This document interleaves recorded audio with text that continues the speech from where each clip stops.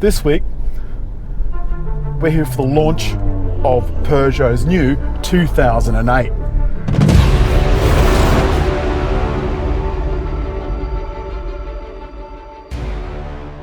Peugeot's taken a bit of a risk. Their sales have been fairly ordinary over the last few years. And they've released some models that, although they're very good, are very slow selling. The beautiful 508, for example. The 2008 was released about 7 years ago, and this is the newest generation of the 2008, which is due to go on sale in a month's time. These very cars, the second I finish this video, are going on a truck for a road trip around Australia so that customers can see what they're buying and they'll be able to pre-order. Pre-orders apparently have been pretty good so far. So what does this offer that the previous generation didn't? Well, it comes in two models now. Peugeot is dropping the GT line altogether, and for the time being there's only two 2008s, the Allure and the GT Sport. Apparently there's a GT coming sometime next year. Outside, it is just delicious. The top model has these fabulous cat's claw headlights and daytime running lights, and the rear cat's claw tail lights as well, with the outer one being a super bright brake light. Inside, it is just stunning. All of this stuff, this carbon fiber look, is fairly soft, but there's this absolutely delicious lime green stitching on this soft touch panel. You can't see it there in the movie probably, but it matches the lime green on my virtual dashboard, on my digital dashboard. And the digital dashboard is 3D. It's actually two screens, one behind the other. The front one is transparent. Overseas, you can get these cars in a base model with absolutely nothing in it. The Euro NCAP is 5-star, and it's based on the fact that the car has all of these safety options included. If it doesn't have those, it doesn't get 5 stars. We've got a widescreen touchscreen just here, and that's also got the current theme of lime green, which I think looks absolutely spectacular. Below that, we've got a row of piano buttons. Now you can see I've got my phone plugged in, and so it has Apple CarPlay up. So there's real estate around the side of the screen that's used for fixed things like air conditioning. Look at this volume knob, that's just beautiful. And it's sticking out on this row of keys, and it's a double row of keys too. You can go home by pressing one of the keys along the top. You can also get to navigation, for example, and music. The next row, the row in front, has the climate controls on it. And you can get to those, as I said, in the buttons as well.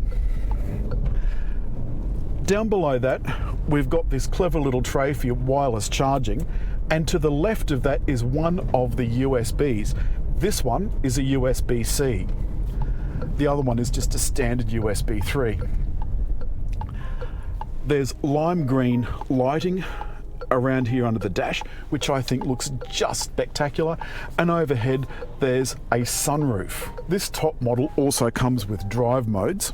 All of the Peugeots have this pistol grip gear shifter. You shift it into M by pressing the M button, funnily enough. And in this one, in the top model, you also get paddle shifters. The paddle shifters are only in the top model. We had all of the cars this morning out on these really windy roads, and they are spectacular. Now, while we're on the subject of driving, steering is a super small iCockpit steering wheel. And the iCockpit consists of this. See, you can put your fingers through this bit here, and there's some little lights down yonder.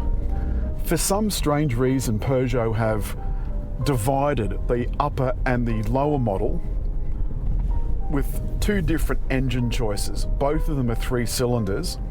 The top one has 115 kilowatts and an 8-speed automatic.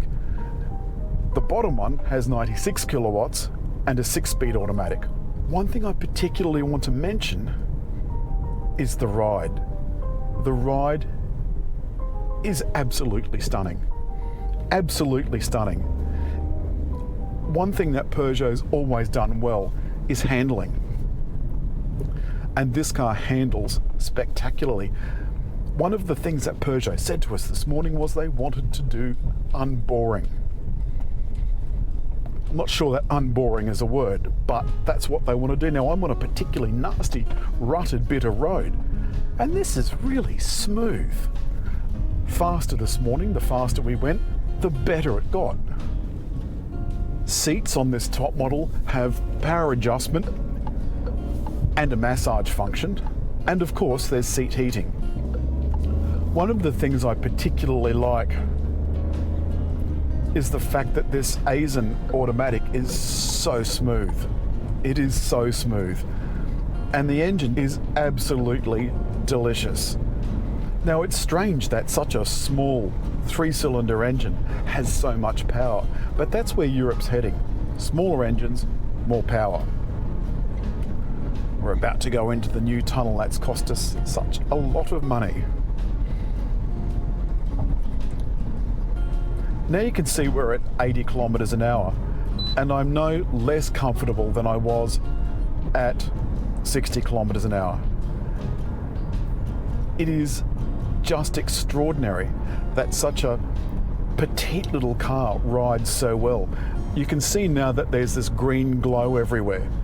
I really like it. It's not a particularly nice shade of green, but it looks so effective. It's sort of like the green version of Tron Blue. Now, what I just did was press the memory button twice. Up on the dashboard, 80 kilometers an hour came up in my traffic sign recognition, and all I had to do was press memory twice and the cruise control went to whatever speed that was. If it was to go down to 60 or up to 110, I'd just have to press it twice and it would do the same thing. It would go up or down to that speed. You can see that the buttons have come up and are backlit at night. This cabin looks beautifully moody. The other thing I'd like to show you is up here, the dome lights. They're touch sensitive, which is just extraordinary. And the cabin, apart from being so moody and delicious, is also incredibly quiet. It's got all the modern safety gear too. You've got autonomous emergency braking, which works at night and with pedestrians and with cyclists. You've also got blind spot monitoring and lane centering to take all of the stress out of a long road trip. You've got excellent fuel consumption, decent acceleration, and the car is dead sexy. I particularly like the wedges, this wedge shape at the front and at the back. I like the fact that there's 30 litres of storage scattered around the cabin, and that the luggage space